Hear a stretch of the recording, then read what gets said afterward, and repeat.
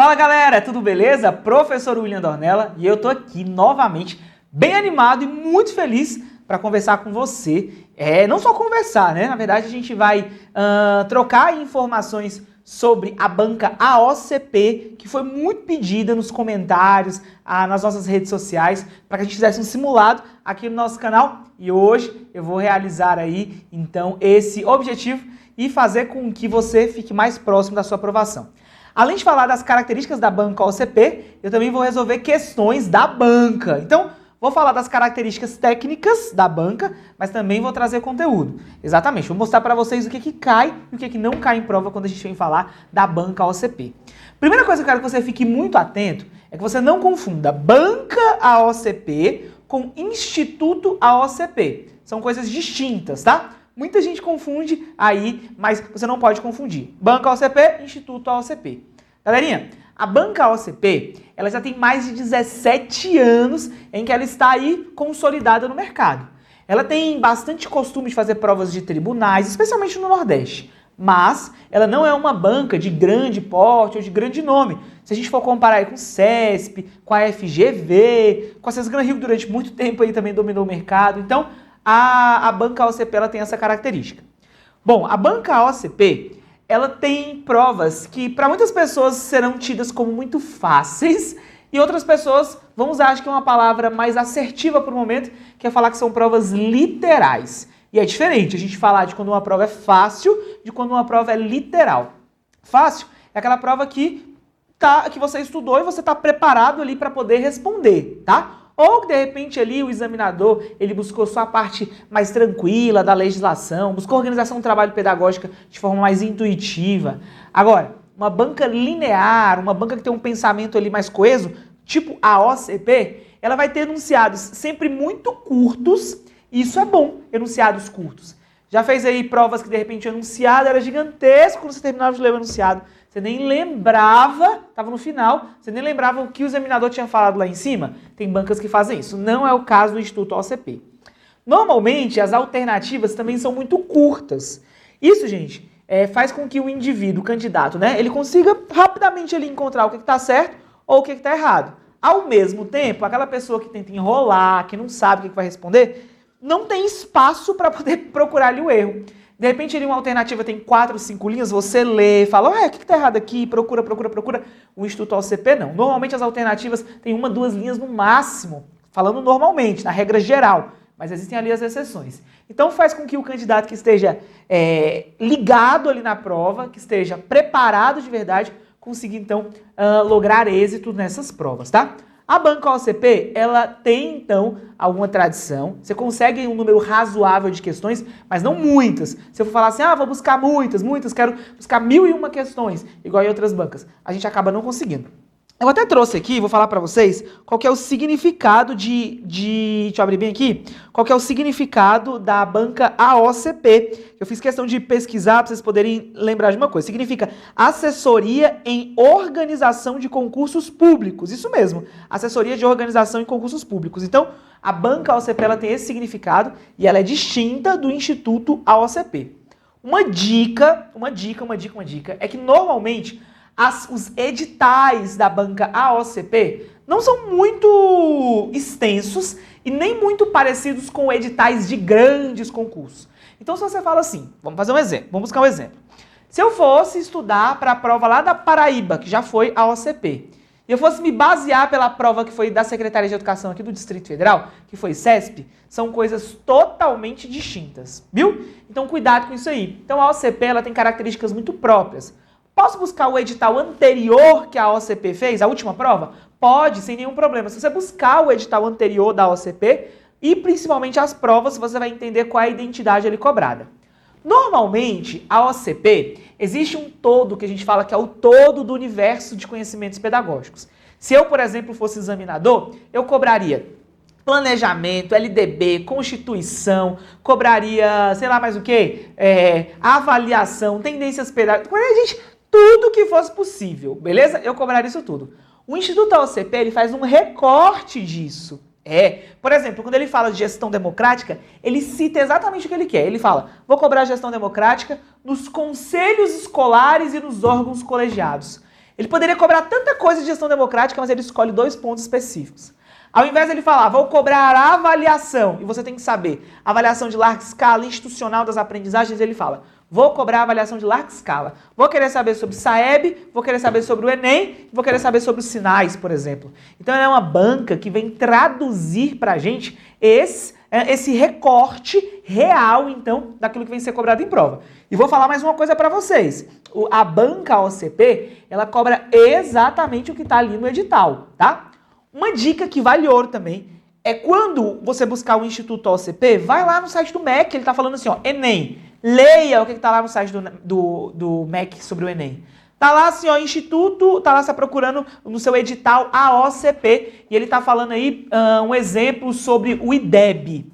Gente, cai muito aí sobre o IDEB quando a gente fala da OCP. E o que cai sobre o IDEB? A fórmula do IDEB, aquela equação mesmo. Qual é o coeficiente, a taxa de rendimento. Tudo isso você consegue através dos sites oficiais, as fontes fidedignas. Então, vamos relembrar algumas dicas aqui que você precisa levar para a sua prova. Primeira delas, banca OCP é diferente de Instituto OCP.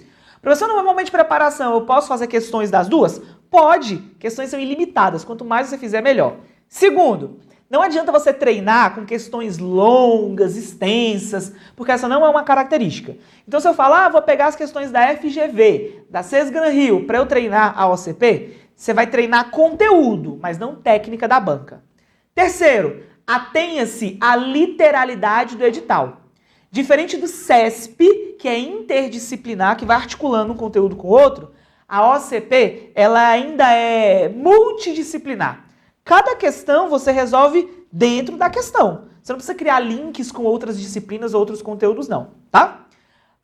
E uma outra dica também é faça muitas questões. Como é uma banca que já tem 17 anos, ela tem um número razoável de questões, especialmente em língua portuguesa, porque cai em todos os certames. Mas de conhecimentos pedagógicos não tem tantas assim. Então, meu desafio para você é que faça todas as questões, todas. Quem faz concurso aí para a área militar ou judiciária, tem muitas questões da banca OCP, diferente do banco de questões ligados então à educação. Uma coisa importante também é muitas vezes na sua preparação você fazer um comparativo. Compara a OCP com outras bancas e quando você compará-las, você vai se deparar então com o que eu estou falando aqui. Ah, essa banca ela é muito literal, essa é mais contextualizada. Olha essas questões aqui, olha essas. A banca OCP, ela normalmente não tem muitas referências assim pensadas, não. Ah, essa questão ele trouxe lá do livro tal. Não, é realmente aí um compilado, um recorte específico dos documentos então que são trazidos.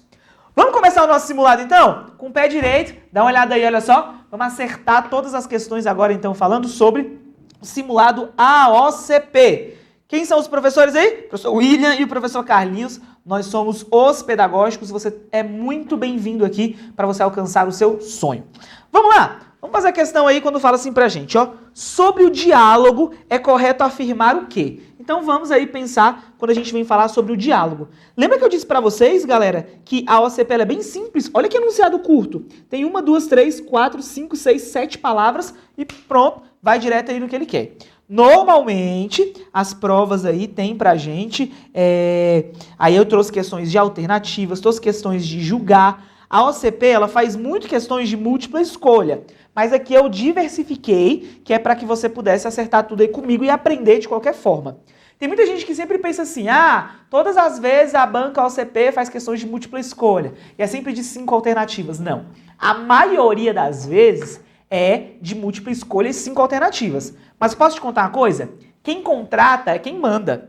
Eu sou a Secretaria de Educação, aqui do DF. Eu posso contratar a OCP e falar assim, ó, eu quero que você faça questões de múltipla escolha. Ela vai fazer. Eu quero que você faça questões de certo e errado. Ela vai fazer. Eu quero que você faça questões discursivas. Ela vai fazer. Cada sistema de ensino, quando vai preparar um concurso ou um processo seletivo, ele descreve no seu projeto base, então, ele descreve no seu projeto base como é que ele quer. E aí, ele faz o chamamento das bancas. E você, como uma banca, já olha e fala assim, eu consigo fazer isso aí. E normalmente se faz aquilo que o órgão demandante pediu. Então não fica com essa não, de que é só alternativas. Beleza? Vamos dar uma olhada aí? Olha só. Sobre o diálogo, é correto afirmar o quê? Hein, galera? vamos lá então para a gente poder buscar aí essas ações quando então a gente for versar sobre o diálogo. Professor, o que é o diálogo frente à banca AOCP? Como é que a gente pode então aprender aí sobre o diálogo? Primeira coisa que vão lembrar é que diálogo significa troca. Diálogo significa reciprocidade. Isso mesmo. O diálogo, então, é quando eu vou ser recíproco. Eu vou trocar informações ali contigo. E isso, então, é quando a gente vem falar, é quando a gente vem estabelecer, então, o diálogo, tá? O que mais, professor? Que a gente, então, precisa entender e a gente precisa identificar cada uma dessas perspectivas para que você possa acertar as questões aí na hora da sua prova. É, sobretudo, quando a gente vem falar assim, ó. Vamos colocar aqui, ó. O diálogo, gente, nem sempre foi bem visto ao longo da nossa história. A gente sabe que, historicamente, a gente vem de uma educação que é chamada de educação liberal tradicional. Como é que era essa educação tradicional? Eu queria buscar diálogo entre as pessoas? Não, de maneira alguma. De maneira alguma. Não trazia pra gente esse mecanismo pensado aí sobre uma perspectiva tradicional. Como é que isso era feito, professor? Aqui era feito da seguinte forma: o professor, ele estava num nível acima dos seus alunos, ó, um nível acima dos seus estudantes. Não havia diálogo. O que havia era isso aqui, ó. O professor, ele fazia isso aqui, ó, transmissão de conteúdos. Aqui a gente falava que o professor, ele era autoritário. Isso mesmo, ó. Eu sou um professor e eu sou autoritário. Você, meu aluno, você tem que seguir estritamente o que eu estou colocando aqui para você. Você vai seguir estritamente todas essas ações. Ó, o professor, ele era o único detentor do saber e ao aluno cabia apenas identificar aquilo ali, receber de forma passiva todas aquelas informações e que não contextualizaria ali com as suas práticas. Então, era essa a vertente quando a gente vem falar, dá uma olhada aí, ó, dessa relação professor-aluno. Havia diálogo aqui? Não, o diálogo não era o mais importante. O mais importante era a manutenção do status quo, Ou seja, eu não queria ninguém que questionasse. O professor, ele trazia o que eu chamo de verdades absolutas. Galera, se eu trago as verdades absolutas, eu vou precisar discuti-la com você? Eu não. Se é uma verdade absoluta, então para que a gente vai discutir? O professor está no degrau acima do estudante, era assim que funciona. Mas não é o que a gente quer hoje. Dá uma olhada aí, ó. Aqui, quando a gente sai dessa educação tradicional, a gente vai para a escola renovada, para a escola nova, depois a gente vem para o tecnicismo, até a gente chegar hoje em ideais progressistas da educação, tá? Aqui em cima eu estou falando de tendências pedagógicas com ideais progressistas. E aqui embaixo eu estou falando de currículo. Hoje nós temos um currículo crítico que vai questionar tudo que a gente falou aqui para trás, ó. Ele vai questionar, vai falar, oxe, isso aqui é bom para quem? E também pós-crítico. Por que pós-crítico? Porque vai estar pautado aí no multiculturalismo. Multiculturalismo. O que é o multiculturalismo? É a gente entender que a nossa sociedade ela é multicultural, ela é multifacetada. A nossa sociedade, ela traz aí pra gente características versadas exatamente sobre essa ideia. Não existe só uma cultura, existem várias culturas. E o que eu vou fazer com essas culturas, professor? O multiculturalismo é a palavra-chave da teoria pós-crítica, tá? Tanto o currículo crítico quanto o pós-crítico questionam a teoria tradicional, mas o pós-crítico ele tem como embasamento o multiculturalismo.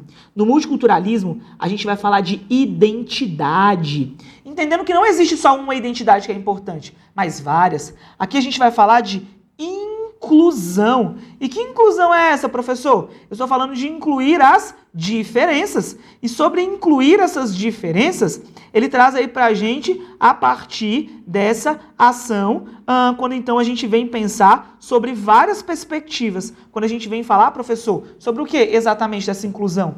Incluir significa isso aqui, ó. Existem diferenças, mas eu preciso respeitar essas diferenças e mais que respeitar essas diferenças, eu preciso valorizá-las. Isso é um diálogo. Olha só, como eu comecei lá falando do diálogo e eu tô terminando falando de currículo. Gente, somente num currículo em que a gente valoriza a inclusão, valoriza as diferenças, é que eu sou capaz de dialogar. Você pensa diferente de mim, que pensa diferente dele, que pensa diferente dela. E todas essas diferenças é que vão formar, então, esse currículo multicultural. É que vão formar esse currículo, então, pós-crítico, a partir dessas reais ações em que eu respeito as diferenças e as valorizo em todo o processo. Durante muito tempo, a escola ela queria fazer isso aqui, ó, afastar aquele indivíduo que pensava diferente. Mas não! Hoje não é mais, não é essa escola tradicional, essa escola velha, essa escola arcaica. Hoje eu quero uma escola multicultural. Por isso o diálogo ele vai ser importante e ele deve ser acessível aí por todos, tá bom? Vamos fazer a nossa questão? Vamos lá, olha só. Sobre o diálogo é correto afirmar que se dá apenas entre os que compartilham semelhanças? Apenas, gente, entre aqueles que compartilham semelhanças? Não. É necessário ser explicitado. É sobretudo em quem possui o quê, gente? Diferenças, tá? Diferenças. Bom, é necessário ser explicitado na forma de perguntas e respostas. É preciso, gente, sobre perguntas e respostas? É assim que a gente vai pensar quando a gente vem falar, então, desse diálogo? Nem sempre, né, sobre perguntas e respostas, mas outras formas de contribuição. Tem na diferença, o diálogo ele tem que se pautar pela diferença? Sim. Se eu for dialogar com uma pessoa que pensa igual a mim, em que eu vou enriquecer?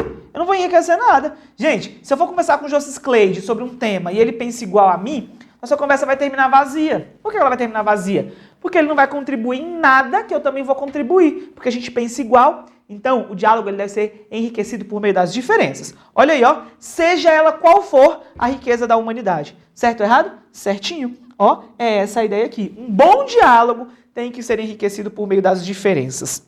Eu não quero que as pessoas pensem iguais. Muito pelo contrário, eu quero buscar a heterogeneidade, tá bom? Só é verdadeiro quando um dos lados sai vencedor. No diálogo tem vencedor? Não, né, gente? Não tem vencedor. Os dois lados vão ganhar. É possível entre os antagônicos? Cuidado. Uma coisa é você falar de diferentes, outra coisa são antagônicos. Antagônicos são rivais. Um tá torcendo a favor, tá torcendo contra. Não. E aqui eu não preciso falar de antagonismo. Eu vou falar de diferenças. Eu penso diferente de você, você pensa diferente de mim. E a gente não precisa ser rival, ser antagônico. Nós dois queremos juntos, apesar das nossas diferenças, construir uma sociedade mais justa, mais igual, tá? Vamos dar uma olhada aí na tela? Olha o gabarito, ó, é a letra C. E galera, é isso que eu quero que você faça. Você resolva questões todos os dias. Não basta só você pegar uma questão e falar se ela está certa, se ela está errada, qual é o gabarito. Não, tem que resolver. O que eu posso extrair dessa questão? E aí você não vai extrair da sua cabeça, não. Estude, pesquise, abre um livro, vai lá na lei e vai comentando. Isso vai te deixar cada vez mais rico intelectualmente para a sua prova, tá? Vamos lá? Olha só, questãozinha, mais uma aí pra gente quando fala. Os públicos escolares, professores, funcionários e alunos são sujeitos socioculturais que trazem para a escola seus modos de ser, pensar e agir. Nessa perspectiva, julgue o item a seguir. A abertura ao diálogo com a comunidade atendida possibilita compartilhar responsabilidades que são de todos. Vamos lá, ó. De novo essa questão está falando sobre diálogo. Já sabe que o Instituto OCP gosta de... O Instituto, a banca OCP gosta de diálogo, né? Então vamos lá. Gente, na sua prova você pode encontrar, e é bem comum você encontrar a palavra diálogo, mas diretamente associado a planejamento participativo, tá? E também a gestão democrática. Planejamento participativo e a gestão democrática. O que é isso, professor? Vamos por partes. Vamos começar com a gestão democrática. Gestão democrática é um modelo educacional obrigatoriamente instituído pela Constituição Federal e pela Lei Diretrizes e Bases da Educação. Não é escolha minha não, tá? Eu preciso fazer a gestão democrática. Gestão democrática, tem muita gente que acha que gestão democrática é eleição. E, gente, pelo amor de Deus, né? Gestão democrática não é só eleição. Eleição pode ser um dos mecanismos da gestão democrática. Mas gestão democrática é isso aqui, ó. É planejamento participativo. Planejamento participativo significa tomada de decisão. Significa que eu vou tomar as decisões, mas eu não vou tomar as decisões sozinho. Essa tomada de decisões, ela vai ser coletiva. O que isso significa, professor, essa tomada de decisões coletivas? Vamos imaginar aqui um sistema escolar ou um estabelecimento de ensino. Numa escola, o diretor precisa tomar uma decisão. Ele recebeu recursos, será que ele coloca um ar-condicionado, ele compra um bebedouro? O que ele faz? Ele não vai tomar essas decisões sozinho. Ele vai chamar o conselho escolar, que tem a representatividade de todos os segmentos da comunidade escolar, e ali ele vai tomar as decisões. Entendeu? O que é planejamento participativo? É a tomada de decisões a partir, então, da coletividade. Dá uma olhada na tela do que mais nós temos aí quando a gente vem falar aí dessa coletividade. Essa coletividade, gente, ela é muito importante e ela deve ser assumida e deve ser pensada, então, sobre esses aspectos, sobretudo quando a gente vem falar dessa coletividade a partir de um outro aspecto, a partir de uma outra finalidade. E qual que é, professor, quando então eu venho falar dessa coletividade dentro desse processo e dentro dessa ação? Qual que é o ganho aí da gente buscar em... Qual o ganho que a gente tem aí? Qual o ganho que a gente tem quando a gente faz planejamento participativo? O engajamento social. Não seria muito mais fácil o diretor falar assim, oxe, fui eu que recebi o recurso, eu que vou tomar as decisões, sou eu que escolho como é que vai ser. Dá muito menos trabalho, ouvir todo mundo, e aí, enfim, registrar em ata. Agora não, se ele fala assim, eu vou ouvir todo mundo, e é obrigatório, viu? Tem que ouvir porque está falando de gestão democrática. Qual o ganho que a gente tem disso? O engajamento social. Gente, se eu, William, te chamo, eu falo bem assim pra você, ó, a partir de hoje, você vai ter que responder 10 itens todos os dias até o dia da sua prova. Aí você vai falar assim, caracas, esse William é autoritário, ele nem sabe da minha vida, tá mandando eu responder 10 itens, tem tempo pra isso não, tá louco, é? Agora se eu chamo você e falo assim, vem cá, vamos planejar juntos? Quantos itens você acha que você consegue resolver todos os dias? Ah, William, eu consigo 8. Não, mas vamos fazer um esforço, porque tá perto da prova, vamos fazer 10? Aí vamos. E aí? Qual exemplo, número 1, número 2, você tende a seguir mais? O segundo. Porque o segundo exemplo, eu te chamei para participar comigo. Se der errado, a culpa não foi só minha. Porque eu não fui lá e falei assim, ó, você vai fazer isso. A responsabilidade, ela também vai ser compartilhada. Porque você tomou as decisões comigo. Mas eu vou te falar uma coisa. A chance desse segundo exemplo dar errado é muito menor. Sabe por quê? Porque tá todo mundo engajado. Porque você contribui. Quando você participa do nascimento de um projeto, você está diretamente envolvido naquilo. Então esse é um dos ganhos do planejamento participativo. Quando eu chamo a comunidade, quando eu escuto a comunidade, eu estou envolvendo a comunidade. Tanto na elaboração, quanto na execução, quanto na avaliação. Isso se dá uma olhada aí, ó. Qual que é a sementinha de tudo isso? É o diálogo, é a troca, é a escuta ativa sobre tudo isso. Olha aí, então, como as questões vão fazendo sentido. Agora vamos voltar. A abertura ao diálogo com a comunidade. Eu preciso abrir o diálogo com a comunidade? Sim. A atendida possibilita compartilhar. Compartilhar é dividir. Verdade. As responsabilidades que são de todos. Certinho. A responsabilidade, ela é coletiva. Se eu te chamo para tomar decisão comigo, a responsabilidade também é tua. Beleza? Por isso é sair ali da neutralidade. Vamos para a próxima questão? Olha aí na tela quando fala assim pra gente, ó. Considerando que o trabalho docente articula as dimensões técnica, estética, política e ética, assinale a alternativa correta. Vamos buscar então aquela assertiva que ela esteja de acordo. Para a gente poder acertar isso aqui, eu preciso que você, professor, docente, vamos colocar aqui, ó, entenda que existem algumas dimensões que são importantes para que você possa então contribuir. Para você se tornar um docente, para você então se tornar um professor, eu preciso que você então atribua e que você, enquanto docente, enquanto professor, siga cada uma dessas perspectivas dentro da sua formação.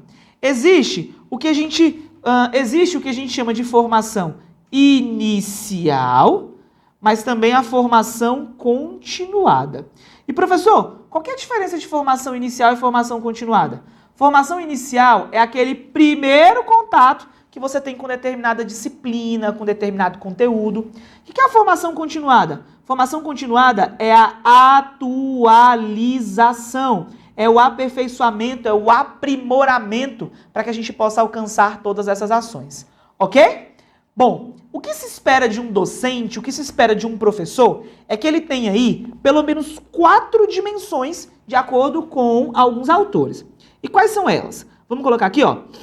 Eu tenho a dimensão técnica, eu tenho a dimensão estética, eu tenho a dimensão política e eu tenho também a dimensão ética. Hoje, professor, o que significa cada uma dessas? Gente, lá no seu curso de licenciatura, o que se espera é que você tenha vivenciado cada uma dessas dimensões para que agora você consiga as colocar em prática, para isso fazer sentido e você ser um profissional que tenha um compromisso, tanto social quanto ético, com a formação do cidadão que ali você está pensando então.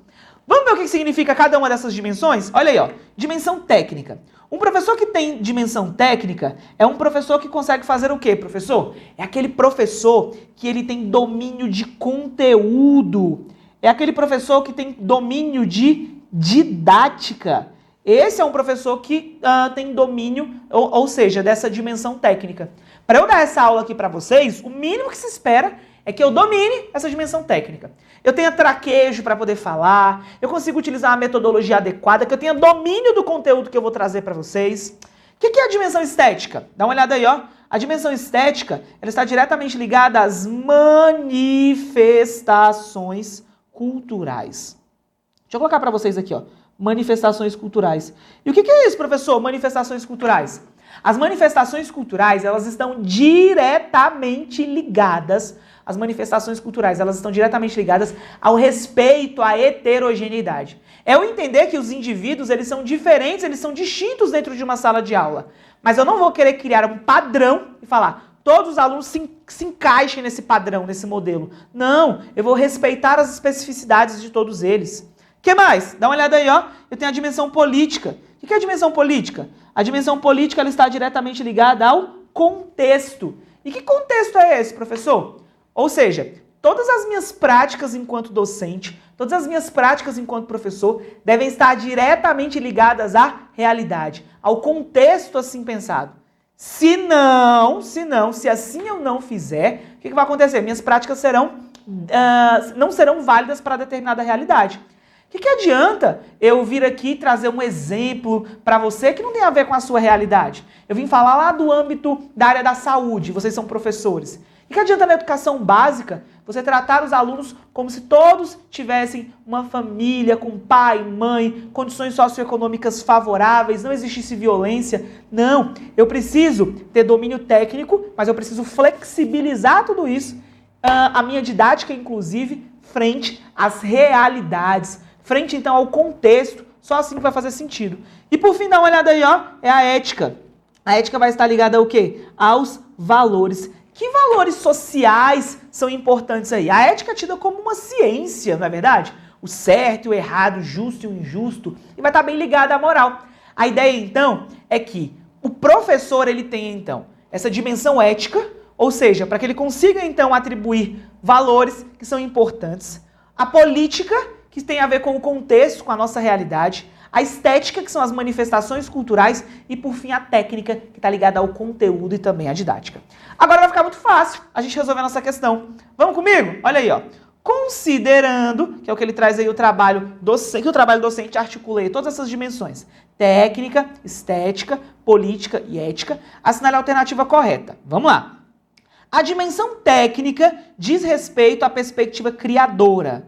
É isso mesmo, gente? A técnica é de criar? Não! Criadora está muito mais ligado ao quê, gente? Está muito mais ligado à estética, às manifestações culturais, tá?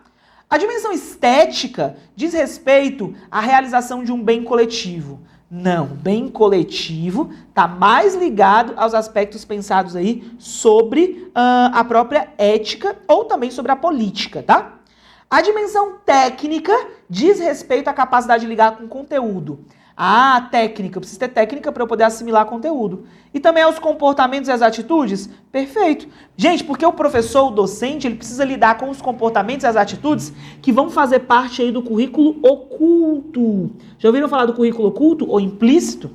A dimensão política diz respeito às ações fundadas nos princípios de respeito, justiça e solidariedade. Não, aqui a gente está falando da dimensão ética. E a dimensão ética diz respeito à participação da construção coletiva da sociedade no exercício de direitos e deveres. Não, aqui eu estou falando da dimensão política.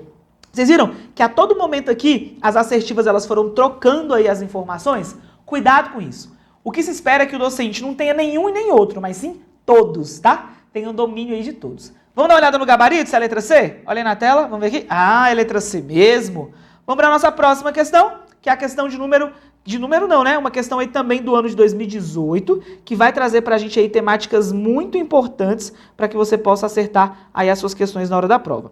Vamos começar? Olha quando ele fala assim, já nessa questão. No processo de ensino,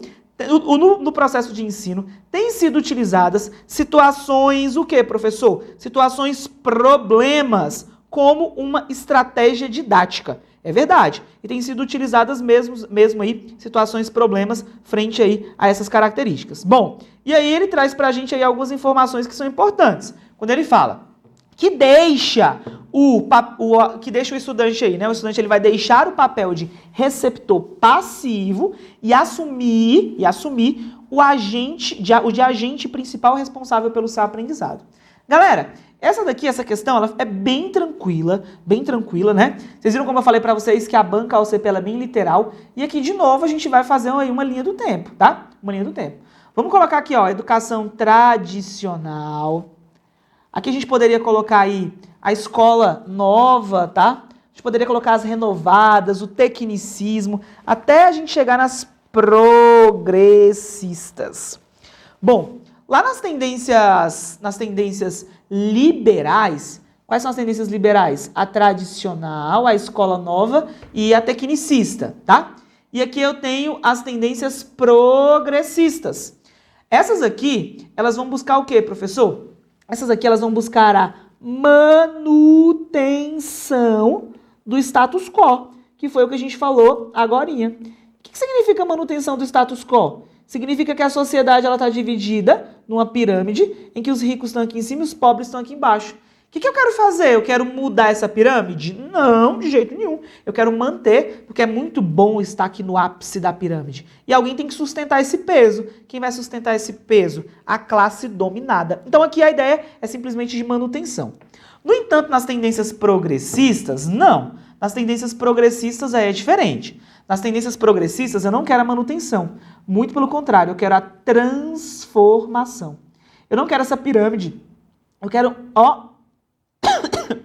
criar aí, pelo menos, né? Vamos sonhar com um retângulo em que as distâncias entre a classe dominante e a classe dominada, é bem menor do que esse abismo social aqui.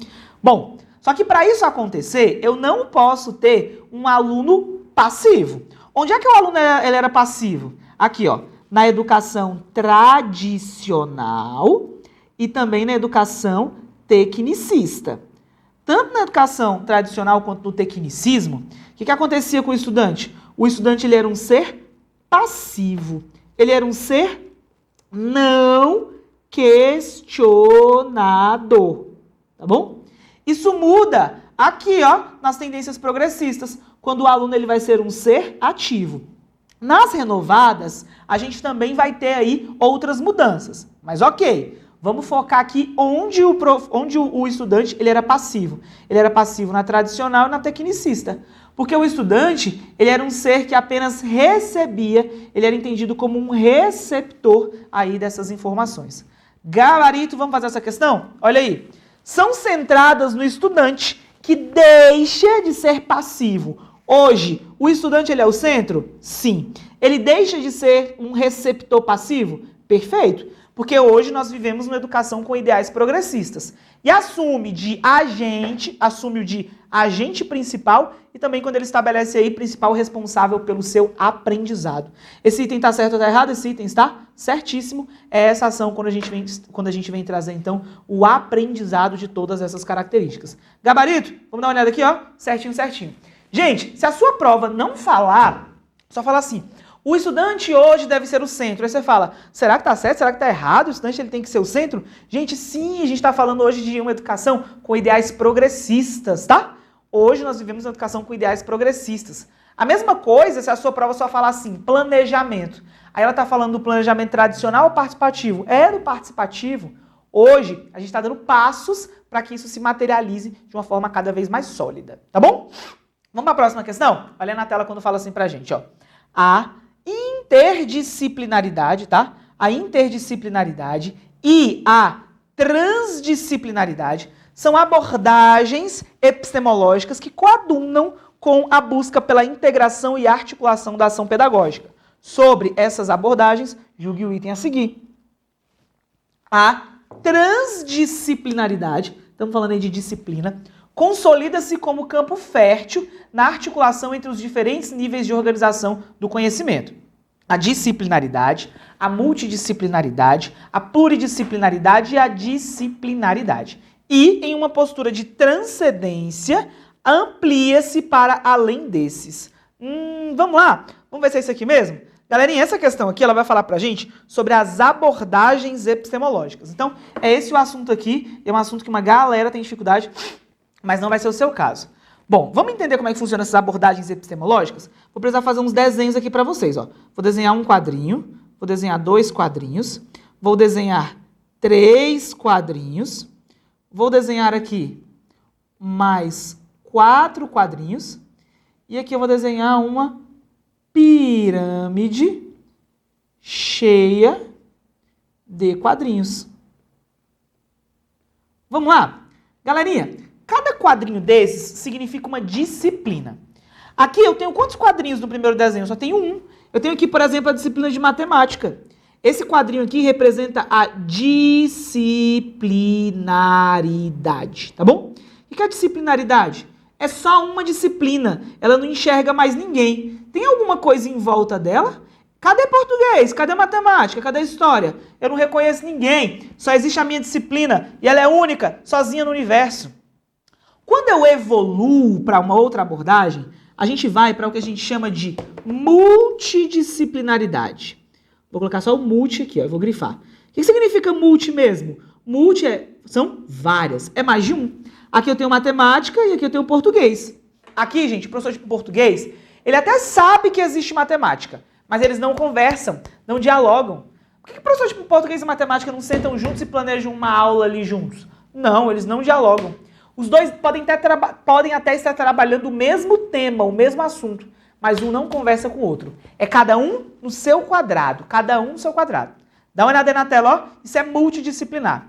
O que é o pluridisciplinar? Ó, a gente está evoluindo. O pluri é quando existem as mesmas disciplinas, matemática, português, aqui eu posso colocar ciências, mas já começa a ter uma troca, uma interação entre elas. Essas setinhas você não viu no disciplinar nem no multi. Você só está vendo aqui agora no pluri. O que é isso?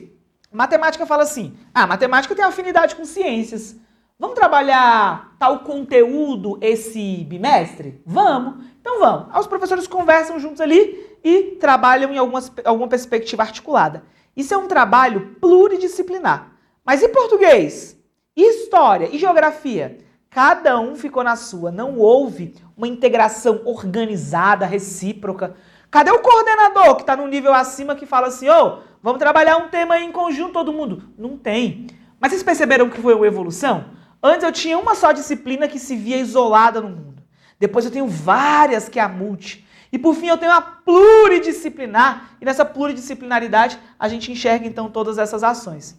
Até que se chega, dá uma olhada aí, olha só, até que se chega ao que eu chamo de quê, professor? De interdisciplinaridade. O que é interdisciplinaridade? Eu tenho aqui matemática, eu tenho português, eu tenho ciências. Aqui do lado eu vou ter história, geografia, todas as disciplinas. Só que olha o que existe entre elas aqui, ó. Existe conversa, existe diálogo. E mais que isso, tá? Esse diálogo, ele é ordenado. Existe uma organização. Quem é que faz essa organização? Sou eu sozinho? Não. Por isso eu falo que ele é coordenado. Porque co significa híbrido, significa junto. Como é que funciona aí, galera? Na interdisciplinaridade.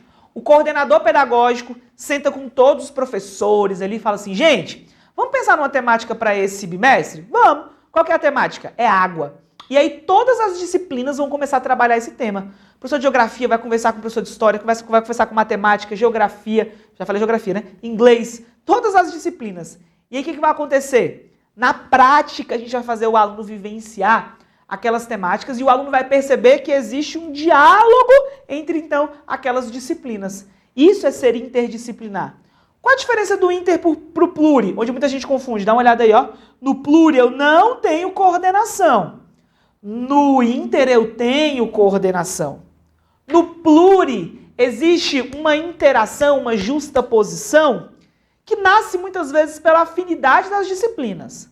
Na inter é organizado, é sistematizado, é planejado, é coordenado. Beleza?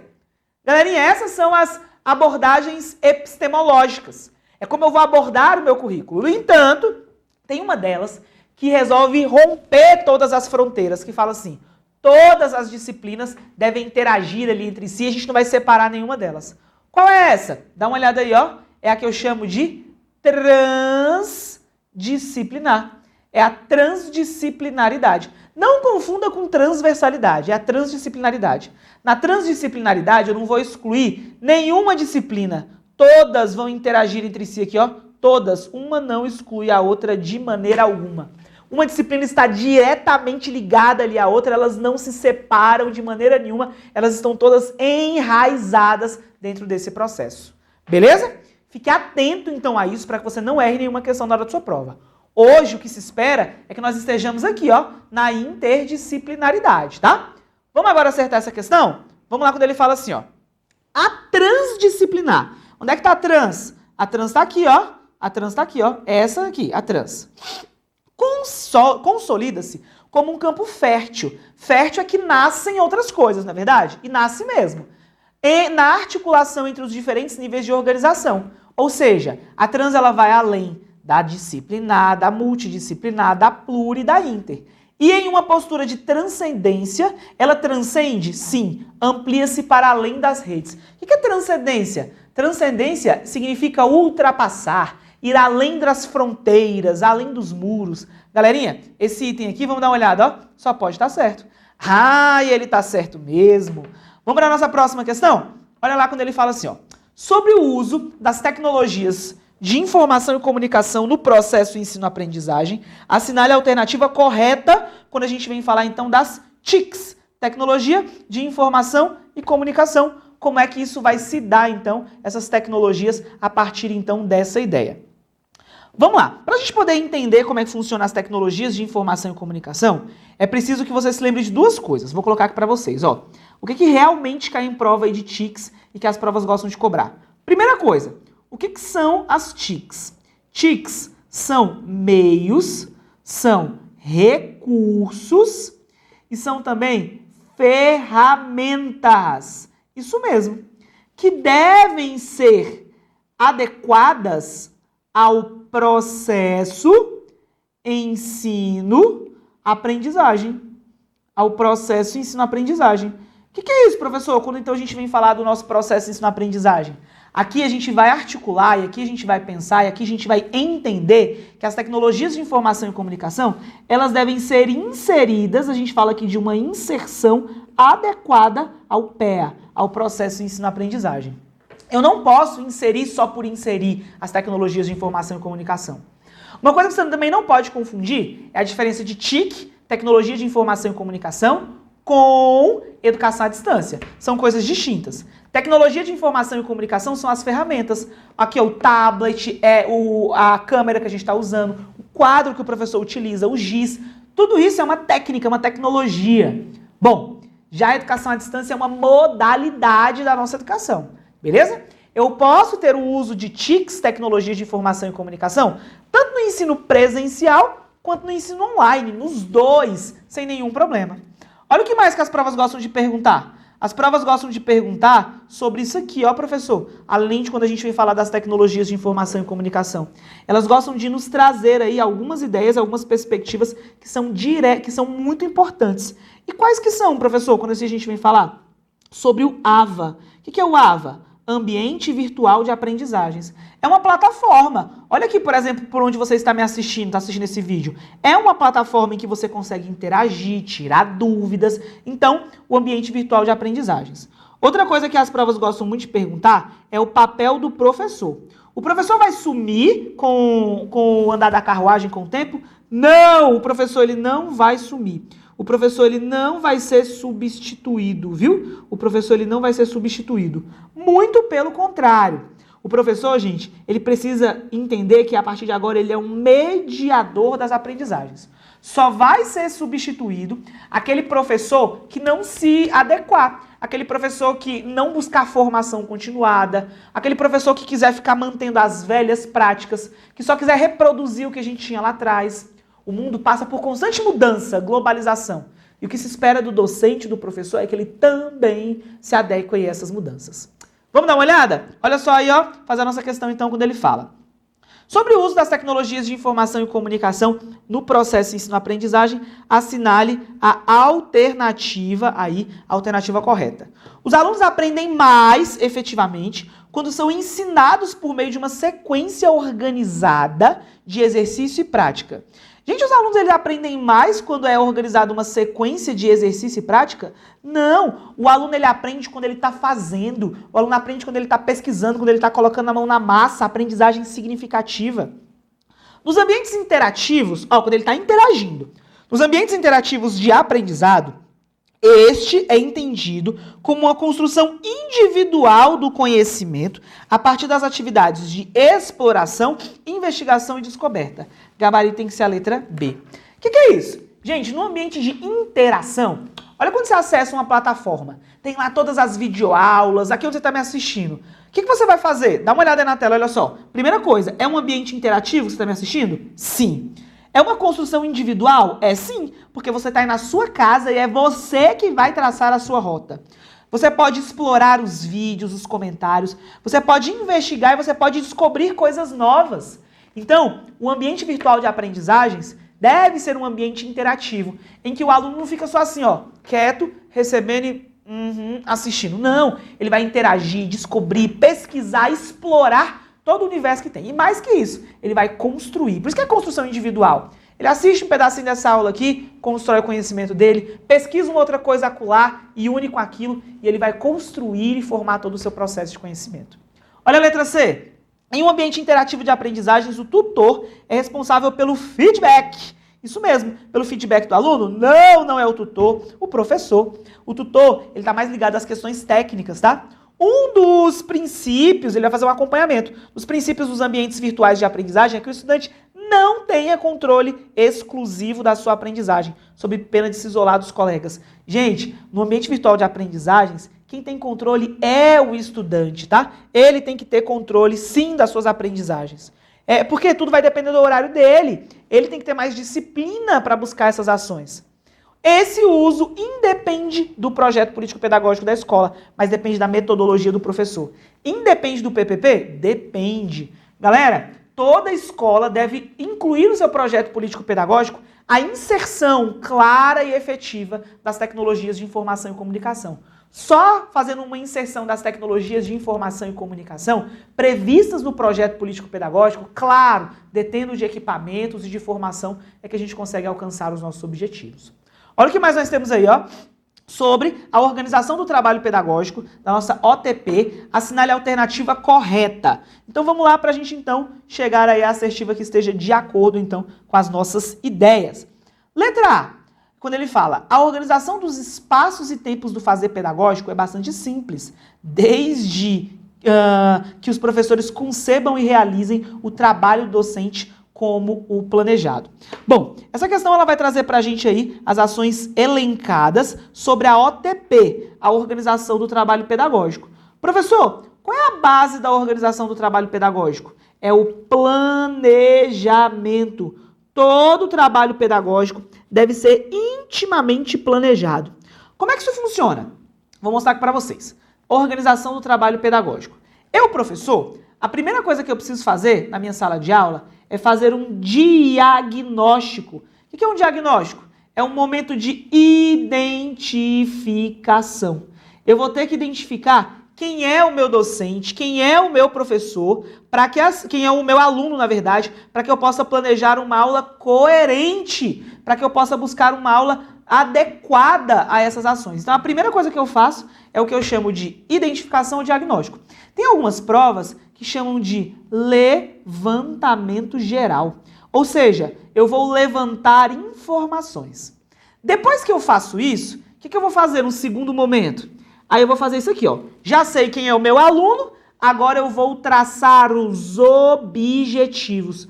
Qual é o meu objetivo para com esse aluno? Isso tem que estar muito claro, eu preciso saber qual é o meu objetivo, onde é que eu quero chegar. Depois que eu já fiz isso aqui, ó, fiz o que eu chamo de definição de objetivos, eu vou ter que fazer o que eu chamo de... Ops, escolha ainda não, ó. Calma aí, deixa eu pegar aqui a borrachinha. Né? Escolha ainda não. Eu vou fazer, sabe o quê? Eu vou fazer isso aqui, ó. Eu vou fazer a seleção de conteúdos. Eu vou ter que selecionar os conteúdos que estejam mais de acordo com os meus objetivos. Para que depois eu faça o quê, professor? Eu faça a escolha do meu método. Qual é o melhor método para eu poder alcançar o meu objetivo? E aí, galerinha, por fim, o que eu vou fazer aqui, ó? Eu vou fazer a chamada avaliação. O que é avaliação? É na avaliação que eu vou buscar qual é a melhor ou a mais adequada função avaliativa, e é durante a avaliação que eu vou conseguir perceber se eu alcancei ou não o meu objetivo. E aí, o que eu vou fazer? Se eu falar assim, eu alcancei o meu objetivo, foi satisfatório. Show de bola, eu fico feliz. Aí eu vou pensar, qual é o meu próximo objetivo? Não, eu não alcancei os meus objetivos, ó. Carinha, triste, não alcancei. O que eu vou fazer? Vou fazer isso aqui, ó. Eu volto lá pro início. Qual é o início mesmo? Um planejamento. Só que agora eu não vou fazer de novo o mesmo planejamento. Eu vou fazer um replanejamento. O que é um replanejamento? Eu vou pensar, o que deu errado? Por que o aluno não aprendeu? E eu vou buscar todos os elementos, tudo que eu tive naquela avaliação, para que eu possa replanejar aquilo, para que eu possa fazer de novo, para que eu possa fazer diferente. Talvez o método que eu escolhi não era o melhor, talvez o conteúdo não era o mais assertivo, e assim a gente pensa sobre essas ações. Vamos dar uma olhada aqui na nossa questão, então? Olha só quando essa questão, ela estabelece assim pra gente, a partir dessa ideia, quando a gente fala assim. A partir, então, dessa característica, quando ela estabelece assim. O diagnóstico não deve partir da realidade. Gente, isso tá de sacanagem, né? Como é que o diagnóstico não deve partir da realidade? O diagnóstico, ele tem que nascer da realidade, senão ele não faz sentido. A concepção sobre educação, conhecimento, avaliação da aprendizagem não garante a mobilidade social e por isso não deve constituir um projeto. Gente, não garante a mobilidade social? Garante sim a mobilidade social, tá? E não deve constituir o projeto? Deve sim constituir o projeto. Que concepção de educação eu tenho? Qual conhecimento que eu quero levar? Qual é a função avaliativa ligada aí à aprendizagem que vai ser importante? No projeto político-pedagógico deve ser contemplado o acompanhamento sistemático dos resultados. Perfeito. Do processo de avaliação interna e externa do SAEB, da Prova Brasil, os dados estatísticos resultantes das avaliações em rede nacional e outras. As pesquisas sobre os sujeitos de educação básica, perfeito, o PPP ele precisa considerar essas ações, incluindo os resultados que compõem o IDEB, que é o Índice de Desenvolvimento da Educação Básica. Gente, a banca OCP ama falar do IDEB. Ou que contemplem ou substituam os desenvolvidos pelas unidades de federação. Certinho, certinho. Quando eu for organizar o meu trabalho pedagógico, eu preciso buscar esses dados. Eu preciso falar assim, ó, nos últimos anos nossa avaliação foi X. E aí a gente vai olhar para trás e vai falar, o que a gente fez que precisa ser melhorado? A gente vai replanejar as nossas ações. Olha aí a letra D, quando fala assim, ó, a concepção de projeto político-pedagógico não preza por uma definição de qualidade. Tá de sacanagem, né, gente? Preza sim, e ela não quer manutenção de jeito nenhum, tá? É parte integrante do regimento escolar tratar da implantação de programas de acompanhamento, de acesso, permanência dos estudantes e superação de retenção. Não é parte do regimento. O regimento ele tem um caráter normativo, vai dispor sobre regras. Aqui a gente está falando sobre a organização do trabalho pedagógico. Isso tem que estar disciplinado no currículo, na proposta pedagógica. O regimento ele vai trazer as regras. Você reprovou, o que acontece? O que você tem direito? Quais são os seus deveres? Isso pode, isso não pode, tá bom? Vamos dar uma olhada aí, olha só. Gabarito tem que ser a letra C. Vou mostrar para vocês se é a letra C. É a letra C mesmo. Show de bola. Vamos para a nossa próxima questão, quando ele vem falar agora para a gente assim, ó. Sobre a política de educação especial na perspectiva inclusiva e também quando ele estabelece aí pra gente o quê? A partir dessa perspectiva aí inclusiva. Aí ele fala, e a formação docente no Brasil, assinale a alternativa correta. Então vamos buscar aí, quando ele vem falar aí sobre as ações elencadas sobre educação especial e educação inclusiva. A educação especial é diferente de educação inclusiva. Isso aqui é uma coisa que eu quero que vocês prestem muita atenção, porque muitos alunos fazem confusão com isso. Educação especial é uma modalidade da nossa educação. Modalidade. Exatamente. A legislação ela tem 7 modalidades. E ela prevê uma delas que é a educação especial. Quem é o público-alvo da educação especial? O estudante com deficiência, aquele que possui transtornos globais de desenvolvimento, aquele estudante que tem altas habilidades ou superdotação. Esse é o público-alvo desta modalidade que é a educação especial. Então você fala assim, eu sou público-alvo da educação especial? Só se você se enquadrar em um estudante com deficiência, TGD ou altas habilidades ou superdotação. O que é isso? Galerinha, a educação ela precisa atender às especificidades, não é verdade? E aqui ele é um público muito específico, que precisa de características próprias, tá? Que precisa que as suas especificidades elas sejam alcançadas. O que é educação inclusiva? A educação inclusiva ela é uma concepção, não é uma modalidade. De que forma que eu vou tratar os meus alunos da educação especial? Eu vou assisti-los. Eu tenho várias formas. Antigamente a gente fazia isso aqui, exclusão. Excluía mesmo. É estudante com deficiência, faz parte do sistema não, fora.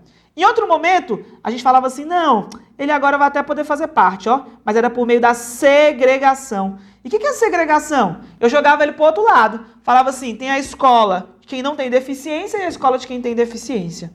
Depois a gente teve um outro modelo, um outro sistema, que é a integração. O que é a integração? Eu falo assim, ele pode até estudar na mesma escola, só que o horário do intervalo dele é diferente, a sala de aula é diferente, a merenda é diferente. Eu estou integrando. Ele está no mesmo ambiente, mas com características distintas.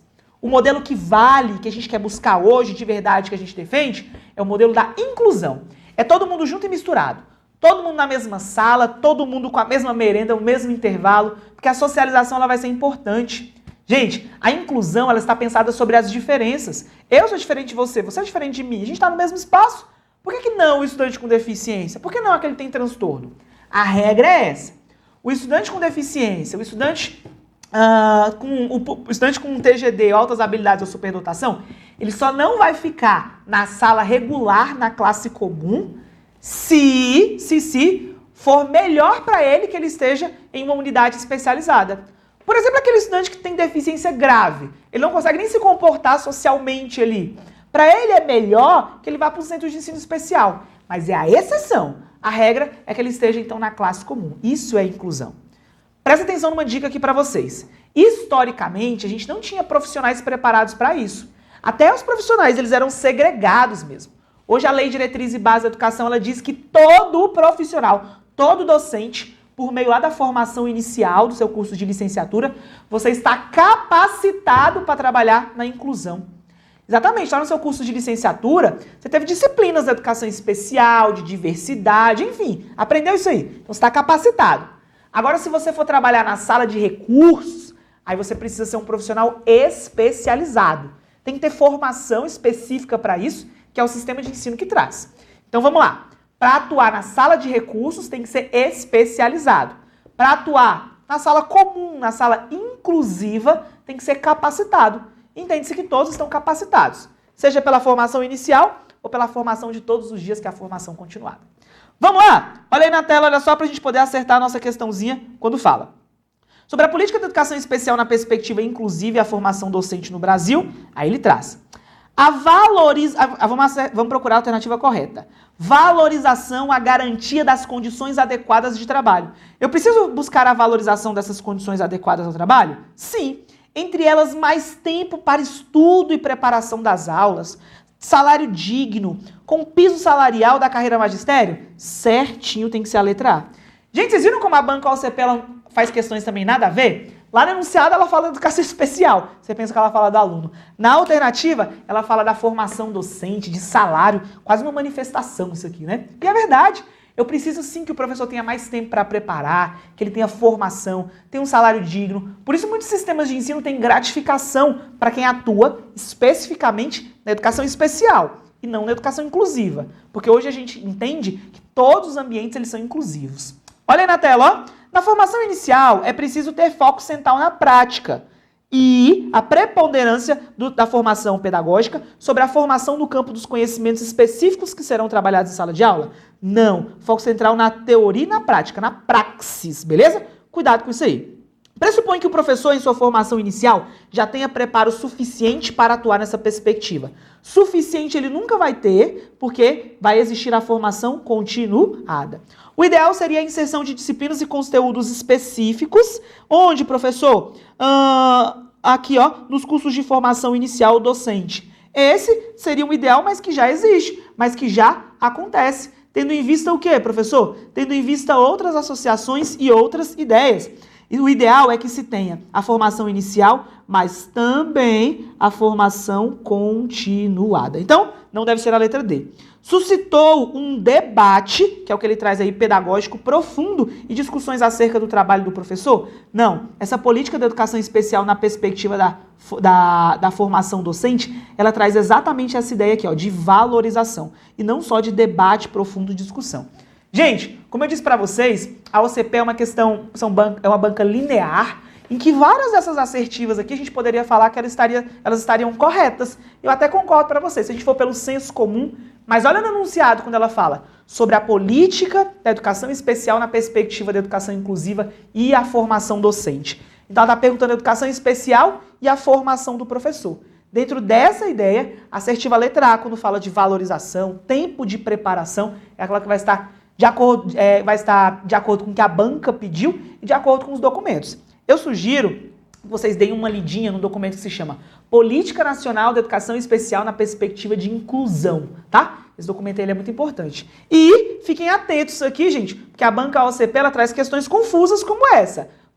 Quando a gente está aqui conversando, dialogando, a gente pode achar que várias dessas aqui, elas fazem parte. Como é que eu melhoro a educação especial, a educação inclusiva? E a gente vai citando tudo isso. Mas para a banca, vamos dar uma olhada aí, ó, é a letra A, porque ela trouxe aqui para a gente essas duas ações. Perspectiva de inclusão, educação especial e formação docente no Brasil.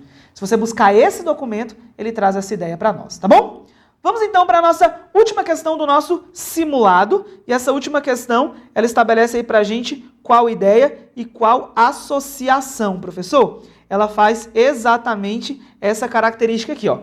Tempo e espaço são duas categorias que implicam no desenvolvimento do trabalho pedagógico. Em relação a elas, é correto afirmar o quê? Vamos lá falar então do que significa tempo e espaço. Vamos lá. O que é o tempo e o que é o espaço? Essa questão aqui ela é bem tranquila. Tempo, você vai lembrar disso aqui, ó. O tempo, galerinha, o tempo, ele é um tempo articulado. Eu não posso só entender como tempo de relógio, não, tá? O tempo, ele vai estar associado à formação inicial, que normalmente é medida ali por 3, 4 anos, mas também à formação continuada. E uma Passos Veiga fala do tempo escolar. A escola precisa parar um momento para que todo mundo possa discutir juntos sobre o projeto político-pedagógico, para que a gente possa planejar melhor as nossas aulas. Isso é tempo. E o que é espaço? Dá uma olhada aí, ó. Espaço tem a ver com o rompimento. Rompimento do quê? Rompimento daquela visão tradicional de que as salas de aula, tá? De que a sala de aula, ela é o único lugar que o aluno aprende. Não, o aluno ele aprende em vários locais. Eu preciso romper com os muros da escola. Vou colocar para vocês uma palavra que cai muito em prova aqui, ó. Territorialidade. O professor precisa entender que na fila da padaria, no museu, no cinema, todos são ambientes em que o aluno também aprende devidamente sobre essas associações. Vamos fazer essa questão então? Olha aí, ó.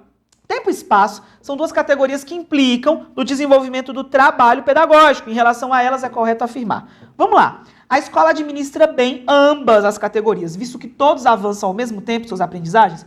Todos os alunos aprendem no mesmo tempo? Claro que não. São categorias que se mantêm intactas, apesar do avanço tecnológico? Claro que não. O avanço das tecnologias mudam todo o tempo e o espaço em que a gente está inserido. Pedagogicamente, compreendem o período de vivência dos estudantes no ambiente escolar e familiar. Pedagogicamente, compreendem esse tempo? Não. Pedagogicamente, eu vou considerar aquilo que está vivenciado dentro dos estabelecimentos, tá bom? Tá errado. Uma possível exclusão do processo ensino-aprendizagem e o tempo escolar são fatores que estão desvinculados entre si. Não estão desvinculados, estão vinculados, né? Muitas vezes, quando a gente pensa que só existe um tempo escolar e quer impor ritmos de aprendizagem, a gente acaba excluindo o estudante. Para exercer sua função social, é necessário que a escola esteja atenta ao tempo escolar. Perfeito. Olha aí que o Passos Veiga fala pra gente. E exercer uma mediação pedagógica consciente e disciplinar. Gabarito deve ser a letra E. Vamos dar uma olhada aqui? É a letra E mesmo, galerinha? Por quê? A escola precisa ficar atenta ao tempo que ela está inserida. E não só o tempo de relógio, mas o tempo de preparação. Atenta em escutas ativas para que a gente possa levar um conhecimento cada vez mais real e contextualizado sobre os nossos estudantes. Gente, me empolguei, já até passou do tempo, mas o meu objetivo é esse, que você domine a OCP. Você conseguiu perceber um pouquinho aí das características da OCP? Se você gostou, curte esse vídeo, se inscreve no meu canal e deixa um comentário aí embaixo, fala aí o que você achou e sugira para mim uma outra banca para eu fazer um outro simulado. Coloca aí qual a banca que você quer que eu vou atender o seu pedido. Aqui eu trouxe as características da OCP, a gente pode concordar ou não. Vocês viram que tem questões muito fáceis, questões mais complexas, questões que de repente a gente nem concorda ali com o gabarito. Mas é essa a banca da sua prova e a banca que vai te levar até a aprovação. Um grande abraço, eu vou ficando por aqui e até mais. Tchau, tchau!